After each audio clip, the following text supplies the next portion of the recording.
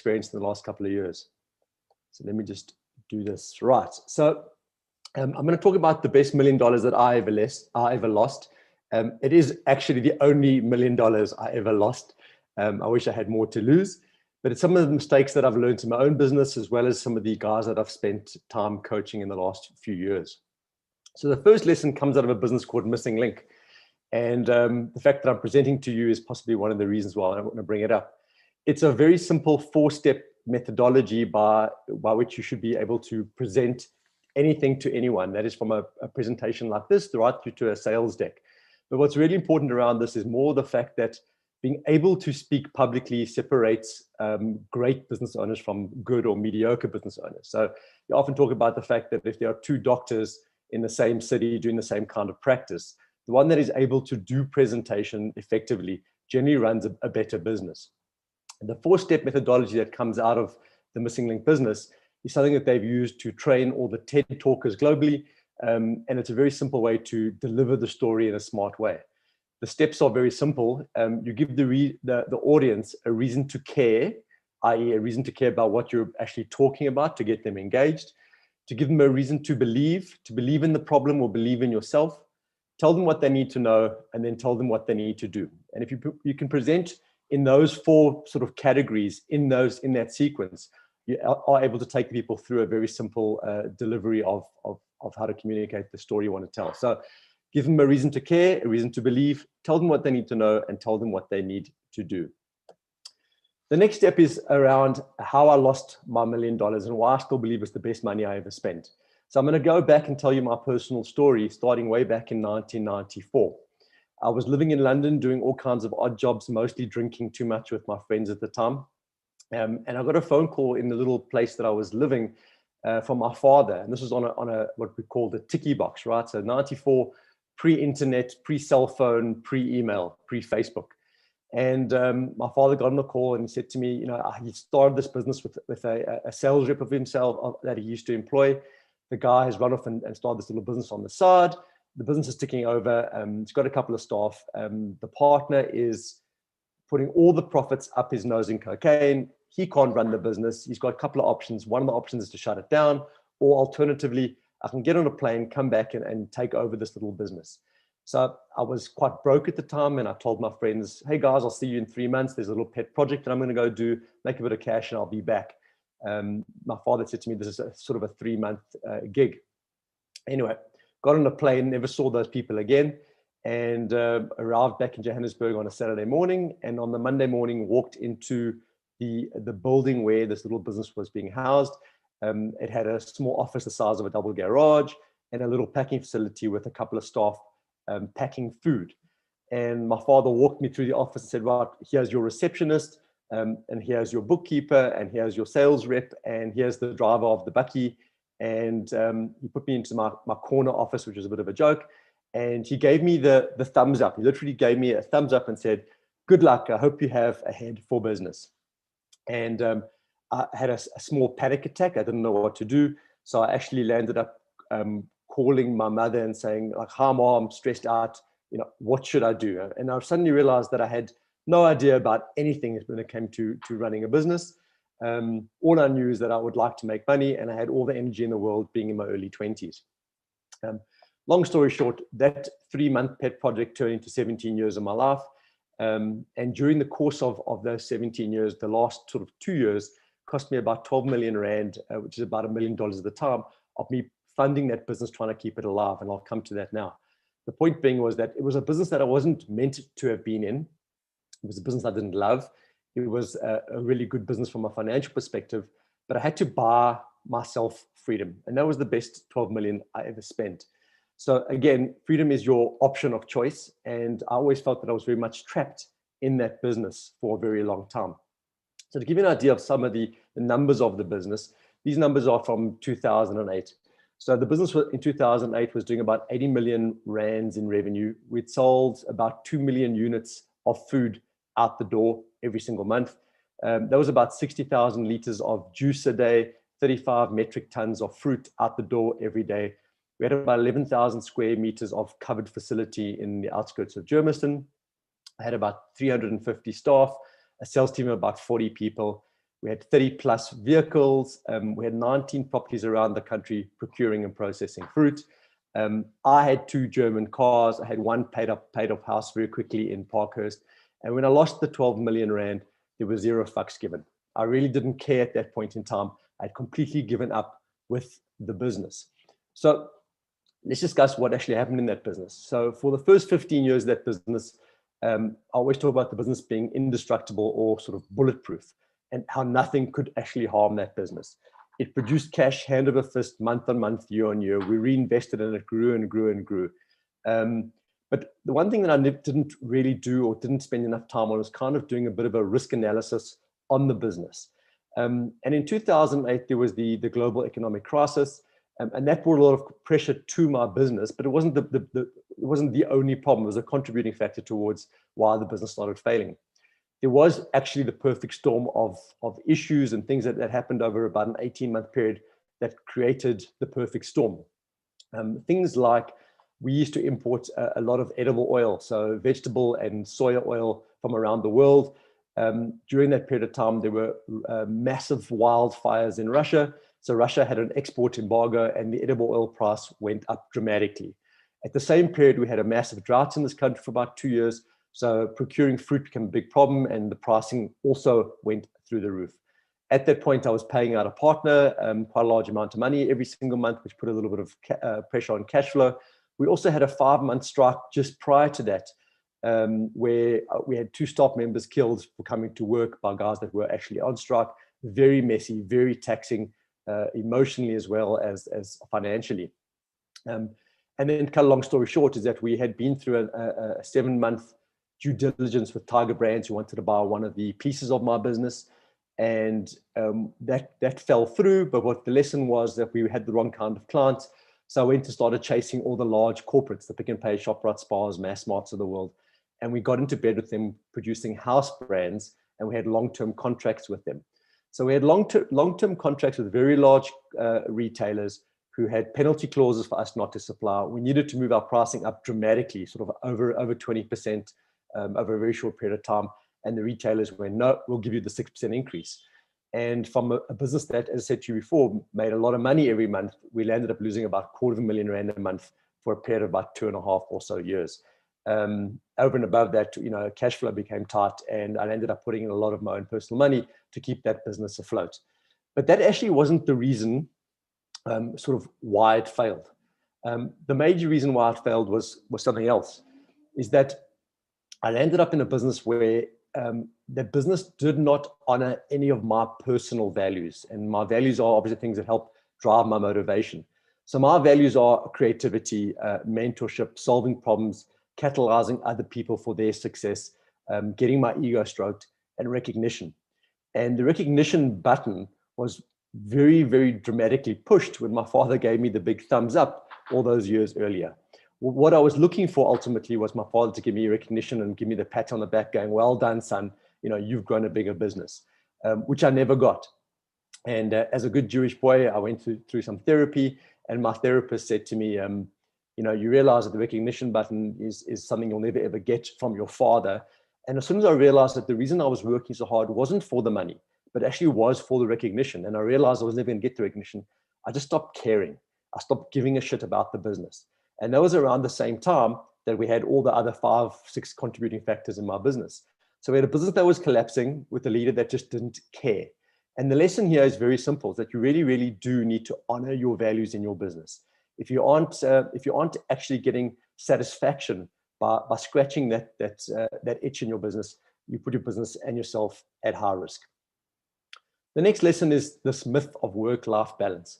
So I believe that work-life balance is grossly misunderstood by most people. People think about work-life balance on a daily, sort of weekly basis. How do they enjoy a couple of hours in their day every single day? And we think about balance, you think about sort of a kid's seesaw, left and right, and putting pressure on the one side and raises the other. The reality for me is that the work-life balance seesaw is actually over the entire period of your working career. So let's call that 40 or even 50 years of your work. And I believe that if you're putting a lot of pressure down on the first half of your working career, you'll find a lot of balance in the second half of your working career.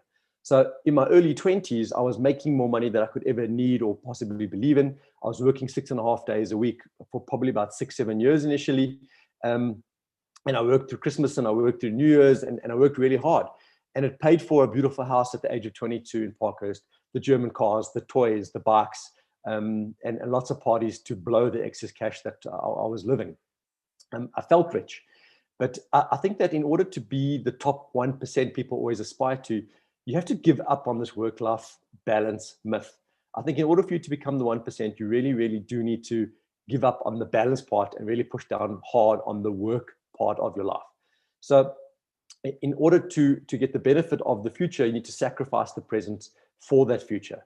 And the price you pay is you don't get the present, but you're bringing all that future pain forward to have balance later. This is taking on responsibility.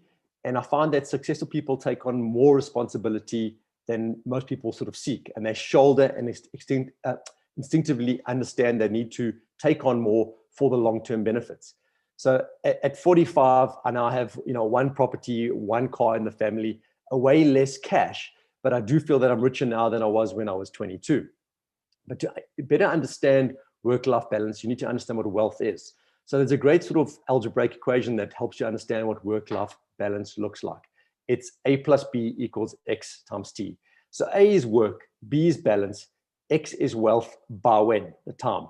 So obviously, in order to figure out, well, how much work A or balance B do we need? We have to define, well, what is wealth for you? And wealth is generally something that's very personal.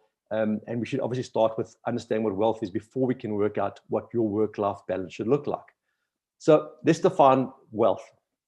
In my opinion, equity is wealth, where salary is comfort.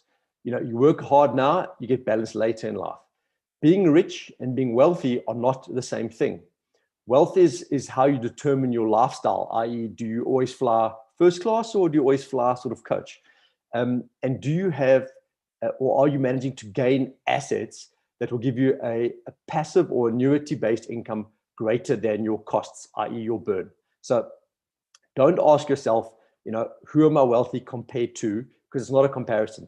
There will always be someone wealthier or richer than you, someone living a better Instagram life than you, and someone who's probably genuinely happier than you. So I know people that I would consider very rich. I know people that are earning probably in excess of R500,000 a month in their salaries. They are divorced. They have 2 kids from the first wife, 1 kid from the second wife. They're supporting sort of 3 households and a family holiday home. They're supporting kids in private school. They're supporting their parents who aren't able to support themselves financially. And during the COVID period, what became very apparent to me is that they didn't have 6 weeks worth of cash in the bank. They had no financial support. So they live a very rich lifestyle from the outside, but these people are not really wealthy. On the flip side, my mother, who spends probably about 30,000 Rand a month living, and that includes everything, has about 40,000 Rands worth of passive income. That is money from rentals and investments that come in. So my mother, who spends 30,000 Rand, has 10,000 Rand extra to burn every single month. My mother is wealthy compared to those people who are earning R500,000 a month. So wealth for me is determined as is passive income greater than your burn. And you don't measure your revenue, you measure your burn. So the question is, how wealthy do you want to be, i.e. X, and by when? And if you can work that out, you can work out how hard you have to work and what kind of balance you're going to sacrifice in order to achieve your X, your wealth, by when. So also bear in mind that most of you are not most likely going to be producing businesses like Mark Zuckerberg or Jeff Bezos, and also have to determine what kind of risk. Entrepreneur is Latin for risk taker. What kind of risk taker are you and what stage of life are you in? If you're 20 and you have nothing to lose and you're living on your parents' couch, you can take a large risk. When you're in your mid-30s and you've got kids and the white picket fence to support everybody, you are less risk averse. So you need to work at, well, what is that X in your life? Lesson 5, I spend more time speaking to clients who have partners or the partners in my meetings about themselves and their business and their conflict between each other than the actual strategic growth of their business, which is what they're actually employing me for. So I don't believe that, as a rule, partners are actually something you need in a business. I believe that ownership is everything, and people believe in the myth of partnerships. Especially at the very early stages of business, people tend to want partners as a sense of comfort. I believe that ownership is everything. And when you partner with certain people, you're giving up a certain amount of your freedom. And again, freedom is your option of choice, and partners take a piece of that choice away from you. So what people often tend to do is they want to hire quality people, can't afford them, so they offer them equity. And equity is the most expensive form of payment for people. Always rather employ people than partner with people in the short term. So you must always remember that 1 + 1 does not equal 2 when it comes to partnerships. People often think that because there are 2 of us, we'll grow the business twice as fast, if not even 1 + 1 = 3. 1 + 1 for me equals comfort and never, ever, ever equals 2. 1 + 1 often equals 1.5. So don't get caught by the fact that you need a partner in the business if you don't. However, I'm going to contradict myself here, is that on those rare occasions, the right partner can give you great exponential growth in your business. It also allows you to go on holiday, leaving someone in the business that you trust to keep steering the ship forward. So if you're going to take on partners, make sure you take them on for the right reasons. Always look for the opposing skills to yourself, a different skill set. Possibly you want to take on partners because they got money to grow the business, or you're looking for a succession or exit plan. Maybe they're the right partner to become your exit partner. Maybe they bring a valuable network, but you always need to make sure that these people have the same value set to you. They have the same ambitions. They want to build the same kind of business to you.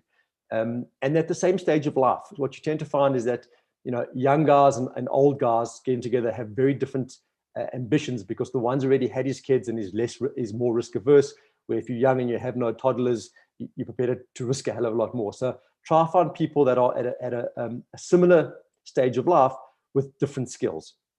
And if you're already in a partnership, then make sure that you've got someone that's supporting you with complementary values, different skill sets. So if you're a creative business, go find someone with an MBA or an accountant or a salesperson, etc.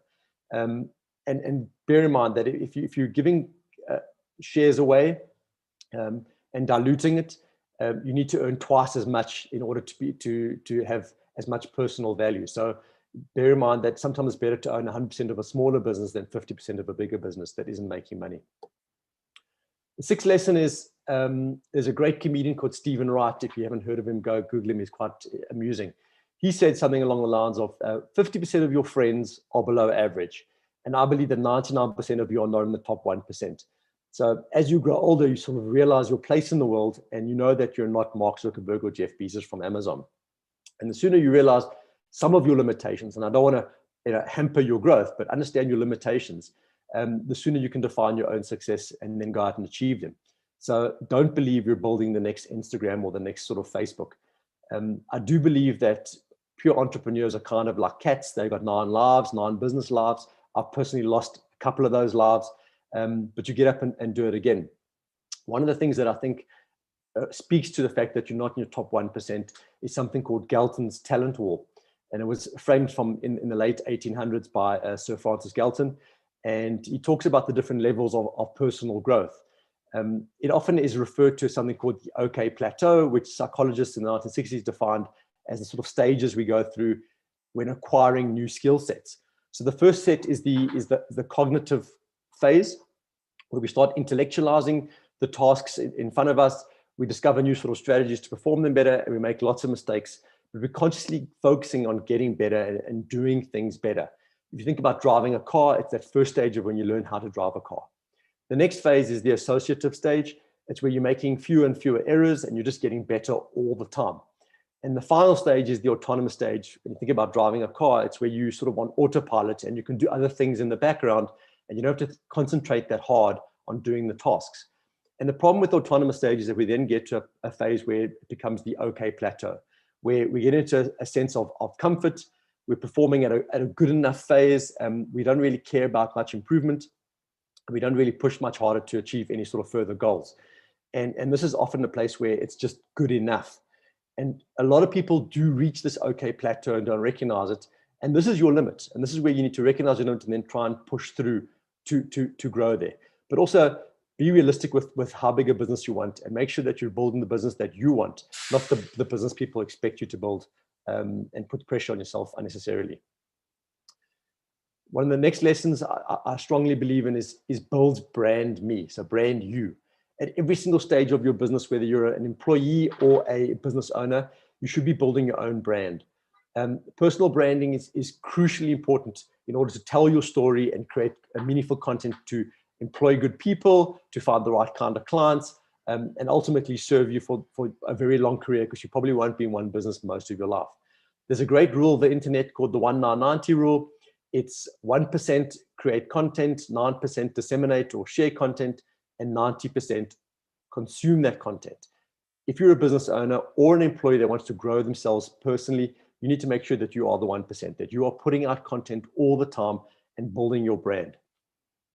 Outside of building your brand, I also believe it's really important that around your brand, you start building community. And bear in mind that brand is not what you tell your customers or tell your network. Brand is what your customers or network tell their friends.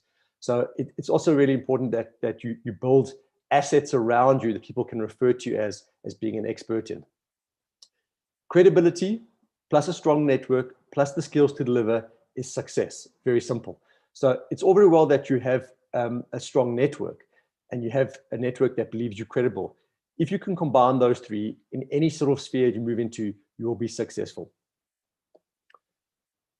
South Africa is a referral economy. The majority of my clients that I speak to, and you ask them, how do they get work? It's predominantly through referral. So through current clients or past clients, passing their name around. So it's crucially important that you build a personal network that becomes exponentially more valuable with every connection that you add, and then nurture the network. You need to nurture your network for those people to become ambassadors and leaders in your own cause.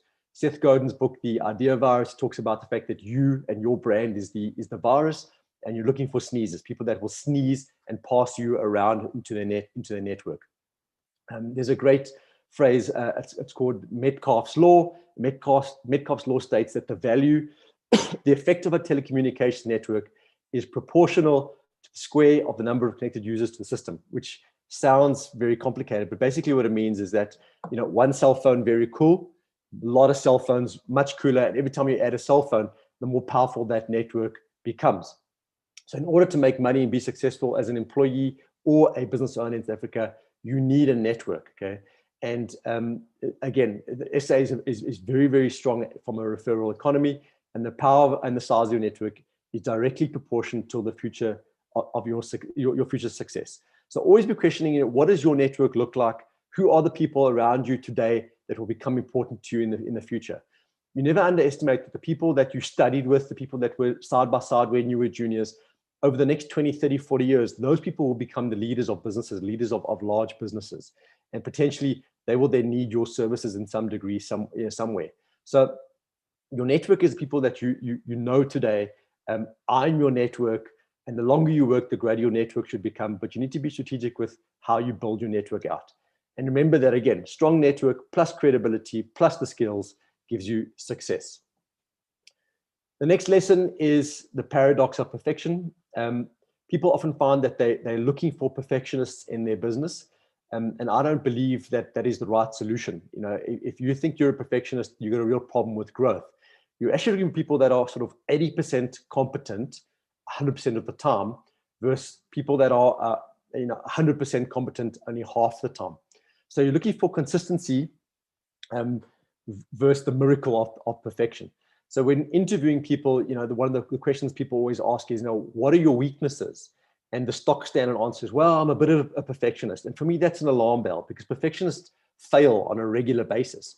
And as soon as a perfectionist fails or doesn't believe they've achieved their standard, they sort of give up. And they believe that if they don't try, then they can't fail and they don't get hurt the second time. So you're not looking for perfectionists in your business. You're looking for guys that are consistent and can show a level of sort of grit. There's a great a book called The Randomnistas by a guy called Andrew Lee. And he has a case study where they take 100 businesses and they break them into two groups of 50. And the first 50 go through sort of a shark tank where they have a bunch of professionals, experts, And those 50 people pitch their business in order to win a $50,000 sort of startup allowance. And they go through the specialists, and those 50 get nominated out of a very, very large group. And the other 50 have to do a series of very, very difficult online questionnaires as some kind of filter. So there was no interview, and it was just very much around them taking the time and the effort to go through a lot of long-winded questions.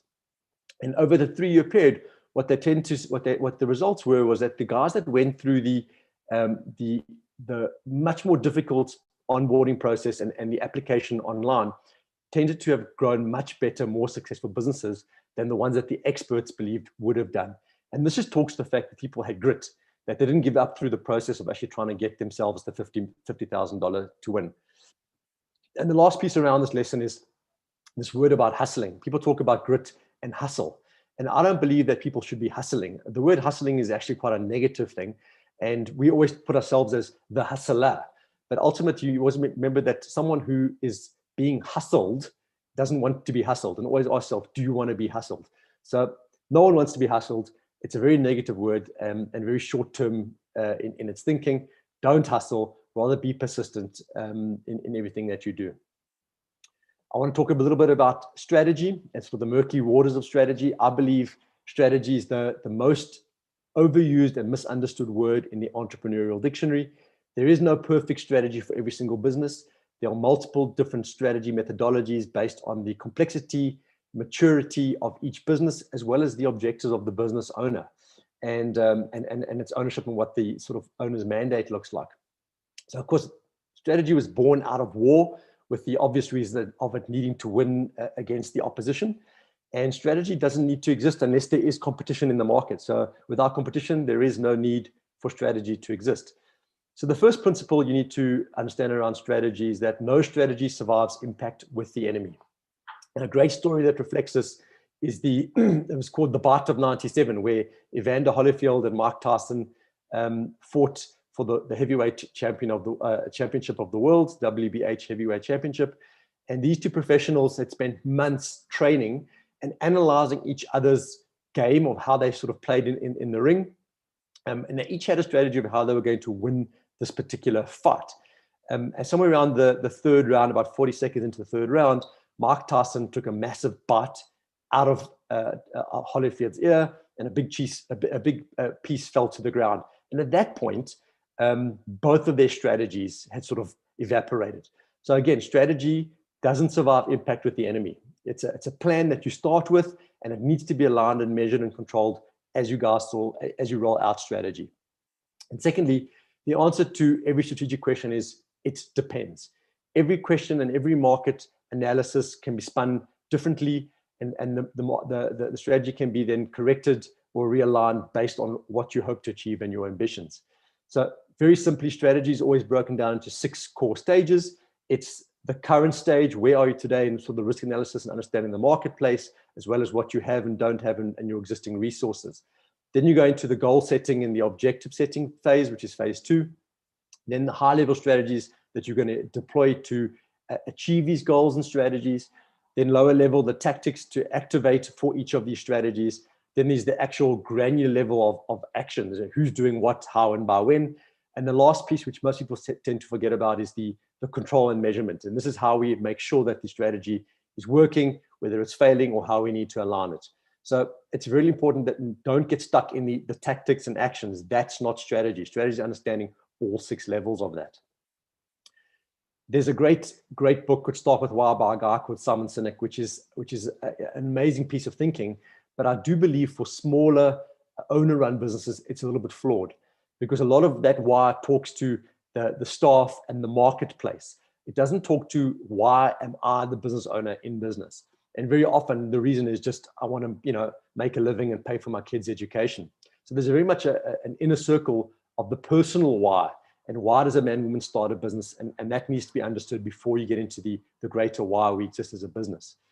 The way I would try and do that is understand a very simple winning condition of what does winning look like for you, the business owner, over sort of 3 terms: long-term, mid-term, short-term. And in most businesses, long-term is probably 3 to 5 years, because more than that, you can't really predict what your business will look like in 3 to 5 years, unless you are a very heavy a mature and sophisticated business. So breaking into like a long-term fluffy dream without the measurement. So it's more around like, what kind of salary do I want? What kind of role do I do in the business? How many staff? What kind of clients? How many offices? Where's our position in the market? What kind of product set? So fluffy stuff in 3 years is a good starting point. Break it down to 12 months, which is a lot more tangible, add some measurable meat onto the bones, and then get into the 90-day, what am I doing? That's the to-do list, the task and responsibilities with a high amount of measurement in the next 90 days. And based on my point of view, the 55-year-old man or woman who wants to start a business is often the best business to back. And they build the best businesses quite quickly. And the reason is the first thing is that they've got 25 to 30 years, if not more, of a network, which I talked about how important network is, especially in this country. They have credibility in that network. They've definitely acquired a lot of skills over that period. But more importantly, they know what they don't want in their business. And I think it was Duke Ellington that said, don't give me more time, give me a deadline. When you're 55, there's a real deadline. There's no more, well, we'll do another 5-year plan when you're 25 to 30 or 35 to 40.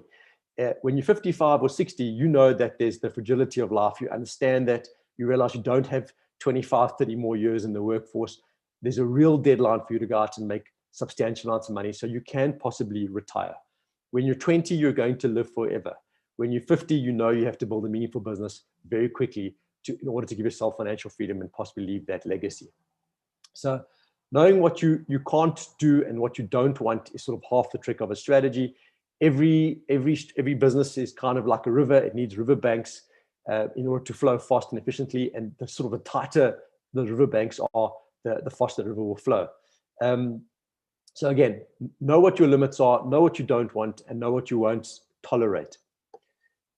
A very simple strategy for most businesses to go forward is something called the 5 1s. Breaking down as simple as it's pick one perfect client, one client avatar. So what does the right client look like for the next 3, 6, 12 months in your life? And be specific as possible. Is it pharmaceutical business? Is it B2B? Is it local? What kind of client are you looking for? Pick one and be specific with the one client.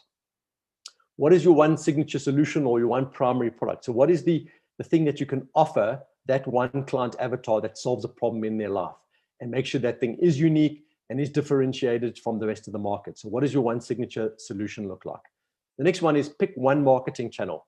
And social media is not a marketing channel. LinkedIn is a marketing channel. So pick one marketing channel, so whether it's PR, whether it's social media, whether it's TV, radio, print, whatever it is. Pick one, become an expert in one, and put all your effort into one marketing channel. Then pick one conversion method. And conversion method is a way of taking people from that marketing channel, from them being aware, getting them to spend money with you. And spend money with you on your signature solution or primary product. So pick one conversion method. A conversion method could be something like an e-commerce store. It could be something like a freemium model. It could be something like a webinar to a sales meeting. Those are sort of conversion methods. And the last thing is do it for 1 year. So don't chase shiny pennies. Don't get off track of where you want to go. One client, one solution, one marketing channel, one conversion method, 1 year. Do that and I can guarantee you will grow your business. Lesson 11, don't only follow your passion.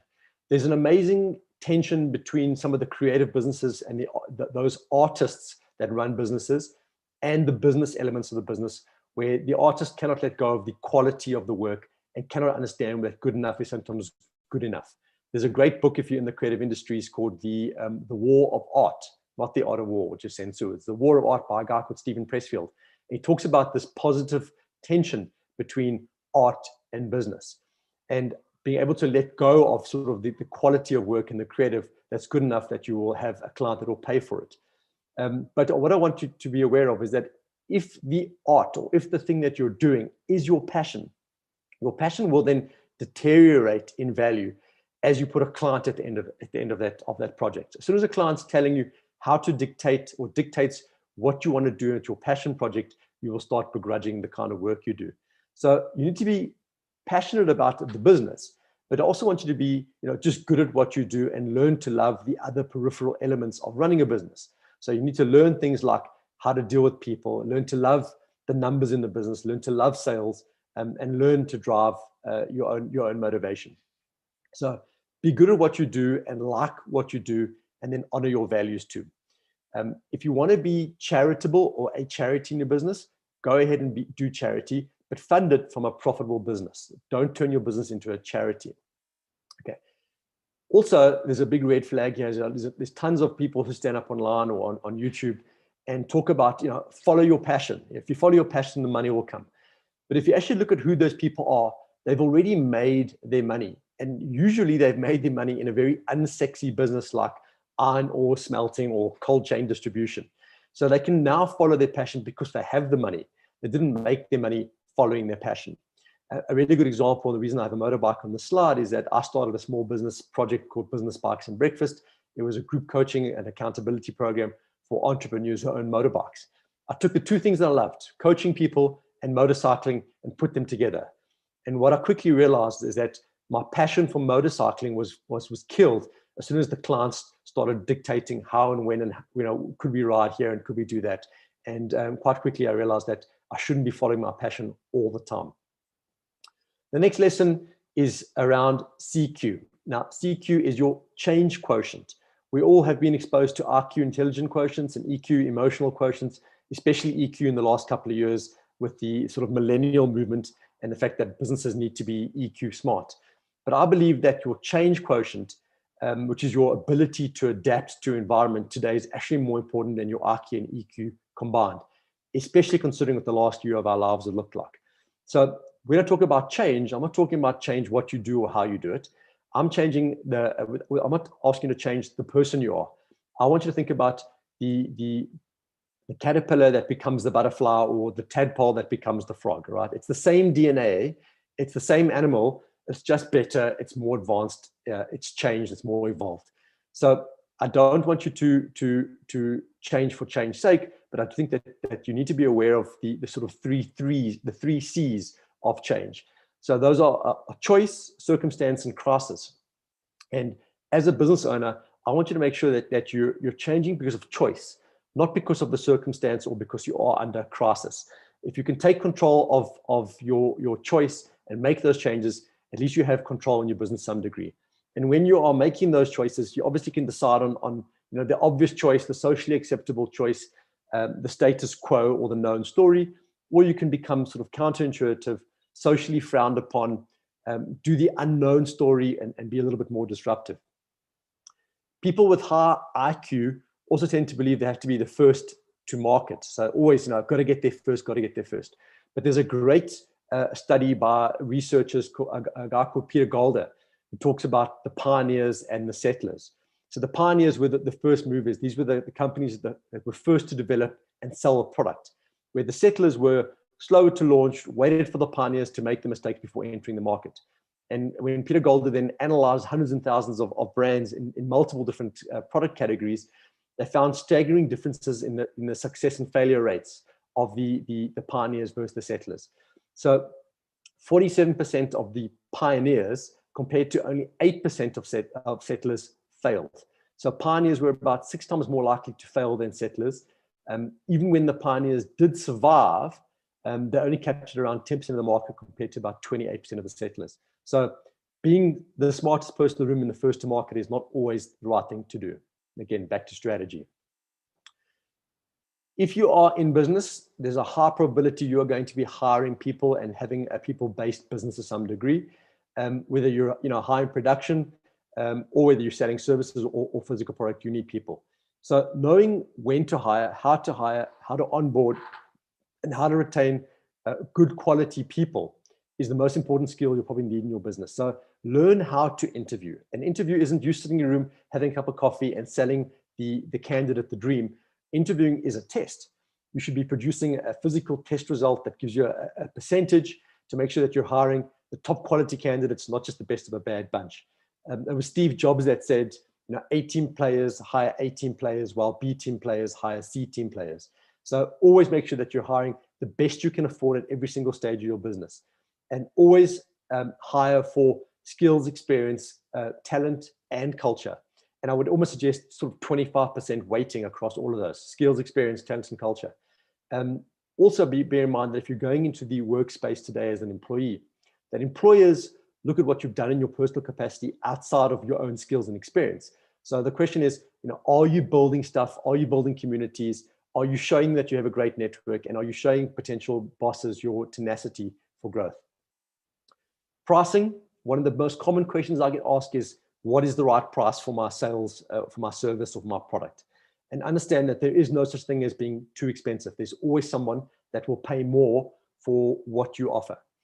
A good example of this is that for my coaching, I'll start my coaching at 7,500 Rand a month. And for a lot of people go, that sounds like a lot of money. But the guys in the top of my category, my industry globally, guys like Tony Robbins, proudly talk about the fact they only have 8 clients. And the 8 clients each give them $1 million a year for retainer, just for access, no delivery. So someone will always pay more.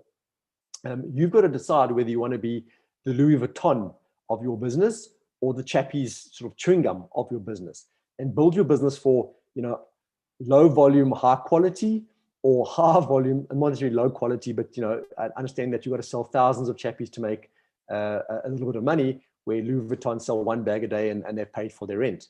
So the lesson is pick the top or the bottom and stay at the middle.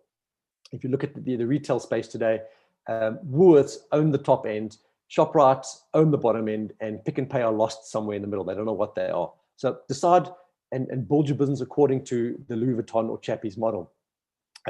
Also bear in mind that if you're selling service, there is the famous pricing triangle, which talks to price, quality, and time. And you can always allow your clients to pick 2 of those 3, price, quality, and time. And you get to pick the third. And it's a very simple way to make sure that if a client is demanding all 3 from you, there's no way you're probably making money. So understanding pricing is a crucial lesson in your business. Second last lesson for me is getting shit done and have a great give a shit kind of mentality. So the biggest single contributor to a successful business is your attitude towards everything and everyone and your ability to get shit done. As a business owner, you are responsible for multiple tasks and responsibilities, and your GST applies to every single aspect of your business and entails questions that you're unsure of and learnings from the processes of your mistakes. Getting shit done speaks to you believing in urgency and excellence and delivery. GST is often referred to that hustle, but it's more than that. It's the grit, it's your mental toughness, it's your emotional capacity, and your passion to be recognized for greatness, and always delivering what you said you would on time, on budget, without any sort of fuss. Constantly improving and putting in the extra effort, and that's with your suppliers, your staff, and your clients alike, will pay off in more than just dividends. You're going to attract and retain better quality clients and staff at every single touch point in your business. So set your goals, push your boundaries, achieve success, and always over deliver, and then copy paste. Having a high GSD factor will allow you to work on the big picture and the vision in small, bite-sized, achievable chunks, and looking at the long road ahead and never feeling that it's too far to go. Building your GSD factor it takes work. Starting a business is easy. Growing a business is very painful. Growing a great business is extremely tough and takes a lot of resilience.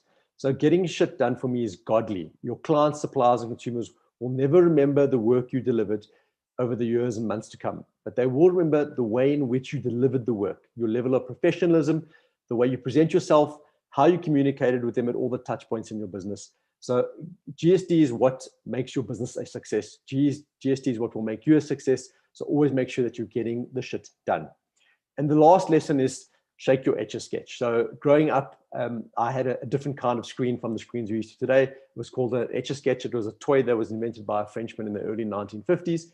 It had 2 little styluses or knobs that when you moved them around, scratched aluminium powder off the back of the screen, leaving a solid line so you could draw stuff. And for me, this was absolutely magic, right? You only need to then take the etcher sketch, flip it upside down, and redistribute the powder over the screen, and you could start again. So COVID this year has presented an opportunity for us to envision our lives turned upside down and powder redistributed. So we can all start again and sort of draw outside the lines again. So you will never regret trying something new. You will only ever regret not trying something at all. So COVID has opened up opportunities for me and a lot of my clients for a much better life. It's definitely an opportunity for a rebirth, a rejuvenation, a reincarnation, a reinvention. And I want you all to sort of embrace the change. It's your chance now, and I think that the opportunities are there for you to grab with both hands. So that's me in a rush. Got that through in sort of 45 minutes.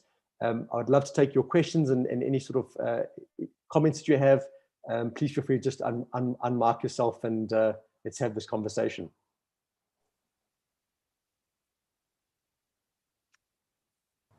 So we do have a comment here from Ariella. She says, I know that you said that don't treat your business as a charity, but there are cases when a business is a charity. Are also any questions that you like using when interviewing? Say that again. What was the last one? Do you have any questions that you like using when interviewing? So, yeah, I have quite a